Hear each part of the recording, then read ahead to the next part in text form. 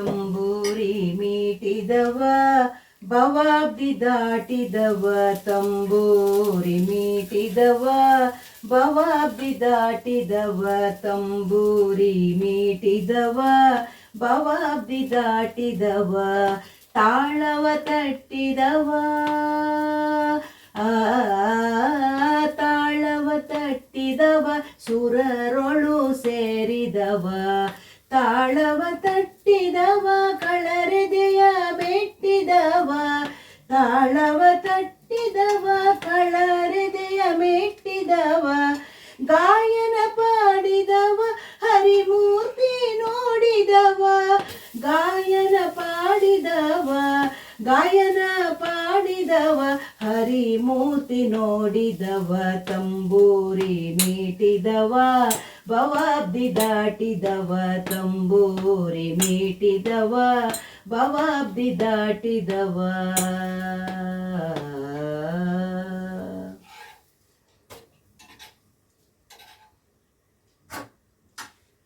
Hi friends ಹಾಗೂ ಎಲ್ಲ ನನ್ನ ಕುಟುಂಬದವರೇ, ನಮಸ್ತೆ ಎಲ್ಲರಿಗೂ.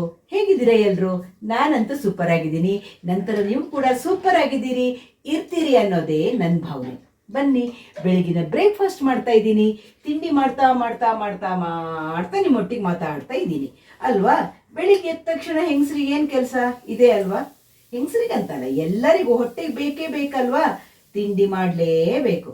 ಹಾಗಾಗಿ ನಾನಿವತ್ತು ಉದ್ದಿನ ದೋಸೆ ಹಿಟ್ಟಿತ್ತು, ಮೊನ್ನೆ ಮಾಡಿ ಹಿಟ್ಟಿತ್ತು ಉದ್ದಿನ ದೋಸೆದು, ಅದನ್ನೇ ದೋಸೆ ಹೊಯ್ತಾ ಇದ್ದೀನಿ. ಚಟ್ನಿ ಮಾಡಿ ಹೊರಗಡೆ ಡೈನಿಂಗ್ ಟೇಬಲ್ ಮೇಲೆ ಇಟ್ಟಿದ್ದೇನೆ. ಬೆಲ್ಲ ಇದೆ, ಚಟ್ನಿ ಪುಡಿ ಇದೆ, ಚಟ್ನಿ ಇದೆ, ಜೇನುತುಪ್ಪ ಇದೆ, ಯಾವ್ದು ಬೇಕೋ ಅದನ್ನು ಹಾಕ್ಕೊಂಡು ತಿಂದ್ರಾಯ್ತು. ಹಾಗಾಗಿ ಬೆಳಗಿನ ತಿಂಡಿ ಜೊತೆಗೆ ನಿಮ್ಮೊಟ್ಟಿಗೆ ಮಾತಾಡ್ತಾ ನನ್ನ ಕೆಲಸನ ಶುರು ಮಾಡಿಕೊಂಡು ಒಂದೊಂದೇ ತೋರಿಸ್ತಾ ಹೋಗೋಣ ಮುಂದೆ ಅಂತ ವಿಡಿಯೋ ಶುರು ಮಾಡಿಕೊಂಡೆ. ಬನ್ನಿ, ದೋಸೆ ತೆಗಿತೀನಿ. ನಮ್ಮ ಸೌತ್ ಕೆನರಾ ಕಡೆಯವರಿಗೆ ನಮಗೆ ಅವಲಕ್ಕಿ ಉಪ್ಪಿಟ್ಟು ಇದೆಲ್ಲ ಸರಿಯಾಗಿ ಗಂಟ್ಲಲ್ಲಿ ಇಳಿಯಲ್ಲ ರೀ. ನಮಗೆ ವೆರೈಟಿ ದೋಸೆನೇ ಆಗಬೇಕು ದಿವಸ. ನಿನ್ನೆ ನೀರು ದೋಸೆ ಮಾಡಿದ್ದೆ, ಇವತ್ತು ಉದ್ದಿನ ದೋಸೆ ರೆಡಿ. ತಿಂಡಿ ಎಲ್ಲ ಮಾಡಿ ನೋಡಿ ಹೇಗಿದೆ ದೋಸೆ ನೋಡಿ. ಬರ್ತೀರ ತಿನ್ನಕ್ಕೆ? ನೀವು ಬನ್ನಿ, ಬಿಸಿ ಬಿಸಿ ದೋಸೆ ತಿಂದು ದೋಸೆ ಚಟ್ನಿ ತಿನ್ಕೊಂಡು ಹೋಗ್ಬೋದು. ಬನ್ನಿ, ಬಿಸಿ ಬಿಸಿ ದೋಸೆ ತಿಂದು ಆಮೇಲೆ ನಾನು ನಿಮ್ಮ ಜೊತೆ ಸಿಗ್ತಾ ಹೋಗ್ತೀನಿ. ನಾನಿವತ್ತು ನಿಮಗೊಂದು ಉಪಯೋಗ ಆಗುವಂತಹ ಒಂದು ವಿಷಯನ ಮಾತಾಡ್ತೀನಿ ಆಮೇಲೆ. ನೋಡಿ ಫ್ರೆಂಡ್ಸ್, ಬಿಸಿ ಬಿಸಿ ಬಿಸಿ ಬಿಸಿ ಬಿಸಿ ದೋಸೆ ಬೇಕಾ? ಬನ್ನಿ, ಖಂಡಿತ ಬನ್ನಿ.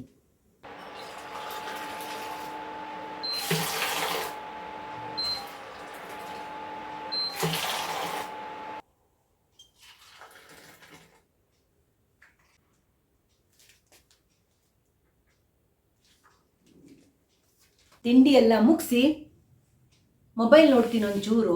ಅಡುಗೆ ಶುರು ಮಾಡೋ ಮೊದಲು ಒಂಚೂರು ಮೊಬೈಲ್ ನೋಡೋಣ ಅಂತ ಹಿಡ್ಕೊಂಡು ಕನ್ನಡಕ ತಗೊಂಡ್ರೆ ಕನ್ನಡಕ ಕೈಯಿಂದ ಡಮಾರ್ ಅಂತ ಬಿತ್ತು, 2 ಪೀಸ್ ಆಯಿತು ನೋಡಿ. ಅದು ಸ್ಕ್ರೂನು ಹಾಕಕ್ಕೂ ಬರೋದಿಲ್ಲ, ಇಲ್ಲೇ ಕಟ್ಟಾಯ್ತದು. ಈಗ ಕನ್ನಡಕ ತರಕ್ಕೆ ಹೋಗಲೇಬೇಕು. ಕನ್ನಡಕ ಇಲ್ಲದೆ ಹೆಂಗೆ ಓದೋದು ನೋಡಿ, ಹೆಂಗಿದ್ದಾನೆ. ಸದ್ಯಕ್ಕೆ ಮ್ಯಾನೇಜ್ ಮಾಡ್ಬೋದು ಹಿಂಗಿಟ್ಕೊಂಡು ಒಂದು ಕಡೆ. ನನಗೇನು ಕನ್ನಡಕ ಎಲ್ಲದಕ್ಕೂ ಬೇಡ, ವಾಟ್ಸ್ಯಾಪ್ ನೋಡೋಕ್ಕಷ್ಟೇ ನನಗೆ ಕನ್ನಡಕ ಬೇಕು, ಬೇರೆ ಯಾವುದಕ್ಕೂ ನನಗೆ ಕನ್ನಡಕದ ಅವಶ್ಯಕತೆ ಇಲ್ಲ. ನಾನು ಹೆಚ್ಚಾಗಿ ಕನ್ನಡಕ ಹಾಕೋದಿಲ್ಲ. ಹಾಡು ಹೇಳುವಾಗ ಸಾಹಿತ್ಯ ನೋಡಬೇಕಾಗತ್ತಲ್ವ, ಅಂಥ ಟೈಮಲ್ಲಿ ಕನ್ನಡಕ ಹಾಕ್ತೀನಿ. ಇಲ್ಲ ಅಂದರೆ ನಾರ್ಮಲ್ ವಿಡಿಯೋಗಳನ್ನು ಮಾಡುವಾಗ ನಾನು ಕನ್ನಡಕ ಹಾಕೋದಿಲ್ಲ, ಯಾಕಂದರೆ ನಾನು ಕನ್ನಡಕ ಇಲ್ಲದೇ ಮಾಡೋಕ್ಕಾಗತ್ತೆ. ದೊಡ್ಡ ಅಕ್ಷರ ಇದ್ದರೆ ಓದೋಕ್ಕೂ ಆಗತ್ತೆ. ಈ ವಾಟ್ಸಪ್ಪಲ್ಲಿರುವಂತಹ ಸಣ್ಣ ಅಕ್ಷರಗಳೆಲ್ಲ ಓದಬೇಕಾದ್ರೆ ಕನ್ನಡಕ ಬೇಕು. ಎಮರ್ಜೆನ್ಸಿ ಕನ್ನಡಕ ಬೇಕೇ ಬೇಕಲ್ವಾ. ನೋಡಿ, ಒಂದೊಂದೇ ಏನೋ ಈ ಥರ ತಾಪತ್ರಯಗಳು ಬರ್ತಾನೆ ಇರ್ತವೆ ಅಲ್ವಾ, ಬರ್ತಾ ಇರುತ್ತೆ ಹೋಗ್ತಾ ಇರುತ್ತೆ. ಹಾಗಾಗಿ ನಾನೀಗ ರೆಡಿಯಾಗಿ ಕನ್ನಡಕ ಪರ್ಚೇಸ್ ಮಾಡೋಕ್ಕೂ ಹೋಗಬೇಕು. ಅದ್ರ ಮೊದಲು ಅಡುಗೆ ಕಂಪ್ಲೀಟ್ ಮಾಡಬೇಕಲ್ವಾ. ಅಡುಗೆ ಮಾಡ್ತಾ ಒಂದು ಇಂಪಾರ್ಟೆಂಟ್ ವಿಷಯ ನಿಮಗೂ ತೋರಿಸ್ತೀನಿ. ಬನ್ನಿ ಫ್ರೆಂಡ್ಸ್, ಇವತ್ತು ನಾನು ಬೇಳೆ ಸಾರು ಮತ್ತು ಕ್ಯಾಬೇಜ್ ಪಲ್ಯ ಮಾಡ್ತಾ ಇದ್ದೀನಿ. ಈ ಕ್ಯಾಬೇಜನ್ನು ಚಾಪರಲ್ಲಿ ಹೇಗೆ ಹೆಚ್ಚ್ತೀನಿ ನಾನು ಅದನ್ನು ನಿಮಗೆ ತೋರಿಸ್ತೀನಿ. ತುಂಬ ಜನ ಹೇಳ್ತಾ ಇದ್ರು ಚಾಪರಲ್ಲಿ ಮಾಡೋದು ತೋರಿಸಿ ಅಂತ ಹೇಳ್ತಾ ಇದ್ರು. ಬನ್ನಿ ಚಾಪರ್ ತೋರಿಸಿ. ನಾನು ಏನು ಸ್ಪೆಷಲ್ ಇಲ್ಲ, ಅದನ್ನೇ ನಿಮಗೆ ಕ್ಯಾಬೇಜನ್ನು ಎಲ್ಲ ತರಕಾರಿನೂ ಬೀಟ್ರೂಟ್ ಸಣ್ಣಗೆ ಪಲ್ಯ ಮಾಡೋಕ್ಕೆ, ಕೋಸಂಬರಿಗಳಿಗೆ, ಕ್ಯಾರೆಟು ಈ ಥರದ್ದೆಲ್ಲ ಕಟ್ ಮಾಡೋಕ್ಕೆ ತುಂಬ ಹೆಲ್ಪ್ ಆಗುತ್ತೆ. ಹಾಗಾಗಿ ನಾನು ಕ್ಯಾಬೇಜನ್ನು ಕಟ್ ಮಾಡಿ ನಿಮ್ಗೆ ತೋರಿಸ್ತೀನಿ ಚಾಪರಲ್ಲಿ. ಬನ್ನಿ. ನಾನು ನಿಮಗೆ ಮೊದಲೇ ಚಾಪರ್ ತೋರಿಸ್ತೀನಿ ನೋಡಿ. ಇದು ಅಡಿಗಡೆಗೆ ಒಂದು ವಾಷರ್ ಇರುತ್ತೆ, ಅದ್ರ ಮೇಲೆ ಈ ಬೌಲ್ ಇಡಬೇಕು. ಈ ಥರ ಚಾಪರ್ ಬ್ಲೇಡ್ ಇರುತ್ತೆ, ಸುಮ್ಮನೆ ಹೀಗೆ ಕೂರಿಸಿದ್ರೆ ಆಯ್ತು ಅಷ್ಟೇ.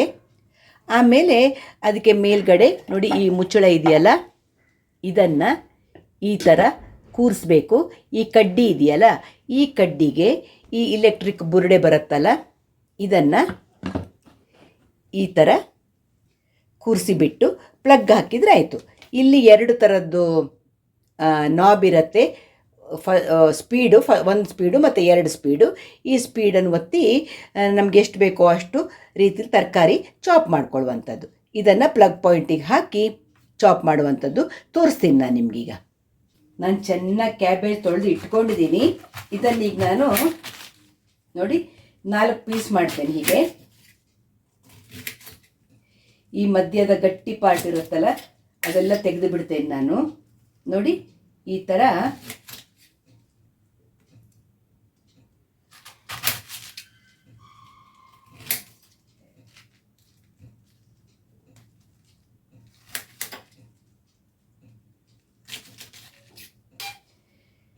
ಇದನ್ನು ಈ ಥರ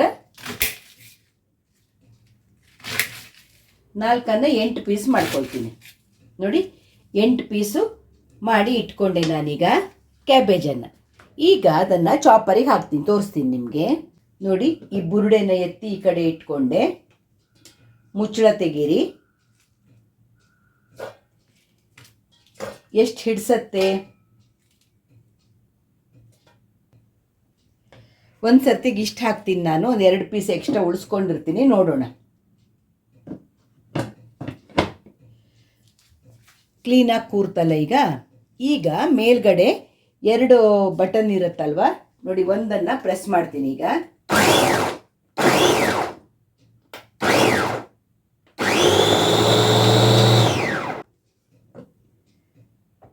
ನೋಡಿ 3-4 ಸಲ ಹಂಗೆ ಮಾಡುವಾಗ ಎಷ್ಟು ನೀಟಾಗಿ ಚಾಪ್ ಆಯಿತು ತೋರಿಸ್ತೀನಿ ನಾನು ನಿಮಗೆ.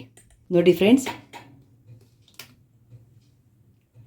3-4 ಸಲ ಗರ್ರ ಗರ್ರ ಅನಿಸ್ದೆ ನಾನು ಅಷ್ಟೇ ಅಲ್ವಾ. ಈಗ ಉಳಿದಿರೋ ಪೀಸ್ ಇದೆಯಲ್ಲ, ಇನ್ನೊಂದಿಷ್ಟು ಪೀಸ್ ಉಳಿಸಿದ್ದೆ ಅಲ್ಲ ನಾನು, ಅದನ್ನು ಹಾಕ್ಕೊಂಡೆ. ಹಾಕಿ ಇದನ್ನೀಗ ನಾನು ಗರ್ರ ಗರ್ರ ಮಾಡ್ತೀನಿ ನೋಡಿ.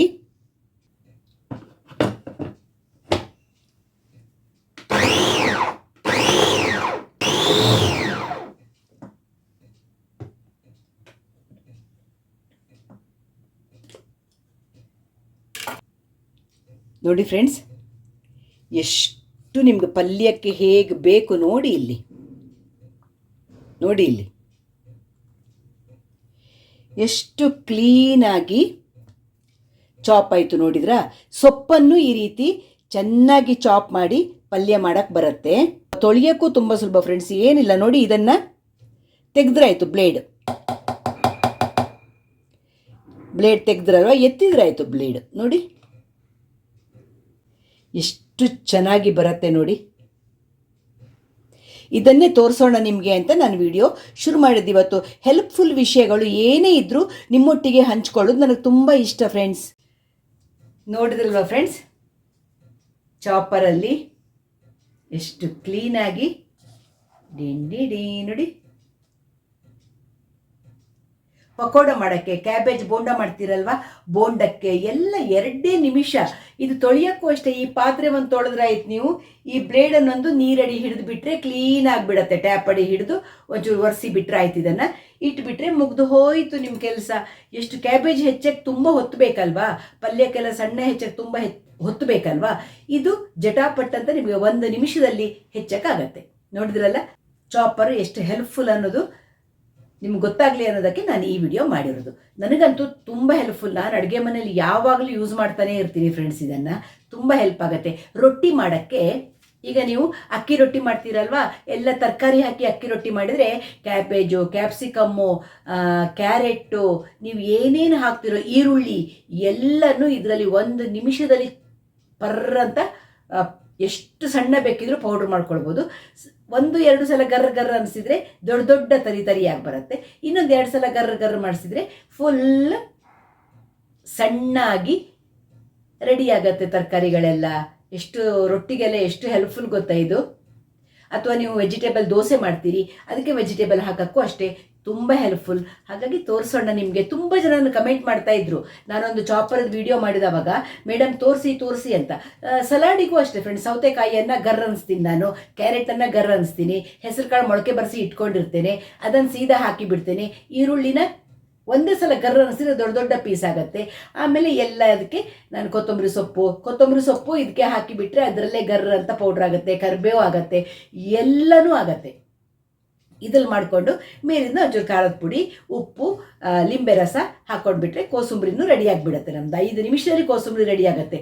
ಕೋಸಂಬರಿಗೆ ಎಲ್ಲ ತರಕಾರಿ ಹೆಚ್ಚುತ್ತಾ ಕೂರೋಕ್ಕೆ ತುಂಬ ಹೊತ್ತು ಬೇಕಲ್ವಾ. ಈ ಸೌತೆಕಾಯಿ ಹೆಚ್ಚಬೇಕು, ಕ್ಯಾರೆಟ್ ಹೆಚ್ಚಬೇಕು, ಸಣ್ಣ ಎಲ್ಲ ಕ್ಯಾರೆಟ್ ತುರಿಬೇಕು, ತುಂಬ ಕೆಲಸ. ಇದರಲ್ಲಿ 1 ನಿಮಿಷಕ್ಕಾಗ್ಬಿಡತ್ತೆ. ಅದಕ್ಕೆ ತೋರಿಸೋಣ ಅಂತ. ನಾನು ಹೇಗೆ ಇದರ ಹೆಲ್ಪ್ ತಗೊಳ್ತೀನೋ, ನನಗೆ ಎಷ್ಟು ಉಪಯೋಗ ಕೊಡುತ್ತೋ ಅದೇ ರೀತಿ ನನ್ನ ಹಾಗೆ ಅಡುಗೆ ಮನೇಲಿ ಮಾಡುವ ಎಲ್ಲ ಹೆಂಗಸರಿಗೂ ಇದರಿಂದ ಉಪಯೋಗ ಆಗಲಿ ಅನ್ನೋದಕ್ಕಾಗಿ ನಾನು ತೋರಿಸ್ತಾ ಇರೋದಷ್ಟೇ. ಹೇಗನ್ನಿಸ್ತು ನಿಮಗೆ? ಖುಷಿ ಆಯಿತಾ? ಇದೇ ವಿಷಯ ನಾನು ಇವತ್ತು ನಿಮ್ಮೊಟ್ಟಿಗೆ ಹಂಚ್ಕೊಳ್ಬೇಕು ಅಂತ ಇದ್ದಿದ್ದು. ಹಾಗಾಗಿ ನಾನು ನಿಮಗೆ ಈ ವಿಡಿಯೋದಲ್ಲಿ ಅದನ್ನೆಲ್ಲ ಹೇಳಿದೆ. ಸಿಗೋಣ ಮುಂದಿನ ವಿಡಿಯೋದಲ್ಲಿ. ಶ್ಯಾಮಲಾ ವ್ಲಾಗ್ಸ್ ಇಷ್ಟ ಆಯಿತು ಅಂದರೆ ಏನು ಮಾಡಬೇಕು? ಒಂದು ಲೈಕ್ ಮಾಡಿ, ಶೇರ್ ಮಾಡಿ, ಸಬ್ಸ್ಕ್ರೈಬ್ ಮಾಡಿ. ಸಿಗ್ತಾ ಇರೋಣ ಒಳ್ಳೊಳ್ಳೆ ವಿಡಿಯೋಗಳ ಜೊತೆ. ನಾನೀಗ ಕ್ಯಾಬೇಜ್ ಪಲ್ಯನ ಒಗ್ಗರಣೆ ಹಾಕೋಕ್ಕೆ ಹೊರಟೆ. ಬಾಯ್ ಎಲ್ಲರಿಗೂ. ನಮಸ್ತೆ.